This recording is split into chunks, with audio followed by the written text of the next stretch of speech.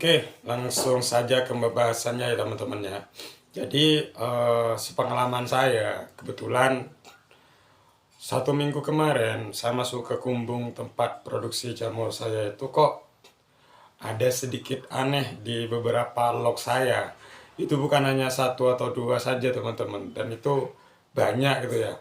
Hampir 50 lokan lebih dari sekitar 5.000 log yang ada di tempat saya itu hampir ada 50 log yang kalau katanya teman-teman sih itu jenggot naga ya gitu. Saya nggak tahu apa itu eh, penyebutannya dan juga apa itu jenisnya. Nah, silakan teman-teman yang pernah pengalaman mungkin atau pernah didatangi seperti itu bisa saling bagi cerita teman-teman gitu ya. Jadi setelah saya pahami ternyata kenapa si log saya yang ditumbuhi seperti ini. Seperti ini contohnya teman-teman ya. Ini saya baru ngambil di kumbung saya. Ini. Ini sebenarnya masih bisa produksi jamurnya teman-teman karena apa ya? Karena mungkin terhalang oleh ini mungkin jenis penyakit pada jamur ini. Akhirnya lognya nggak terlalu berproduksi teman-teman. Itu ya. Jadi seperti yang saya ceritakan bahwa memang yang pengalaman saya teman-teman itu adalah tempat kumbung kita itu ternyata ini terlalu lembab karena musim kemarau kemarin itu saya nggak terlalu ketemu sama jenis-jenis seperti ini. Nah, kebetulan di tempat saya itu sudah musim penghujan teman-teman. Jadi kalau musim penghujan itu beberapa jenis-jenis penyakit pada jamur itu bermunculan. Ya, contohnya seperti ini ya, seperti jenggot naga ini teman-teman. Nah, ini itu nular ke teman-temannya. Antisipasi kalau ada satu log yang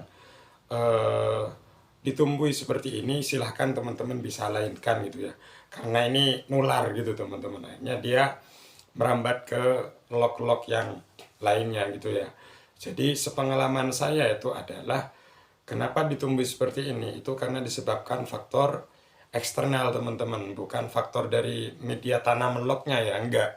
Sebenarnya kalau lognya sih aman, cuman ini adalah faktor eksternal itu yang biasa ada di dalam kumbung kita. Maka usahakan selalu dicek setiap hari, baik itu adalah kebersihan dan juga suhu ruangan kita teman-teman.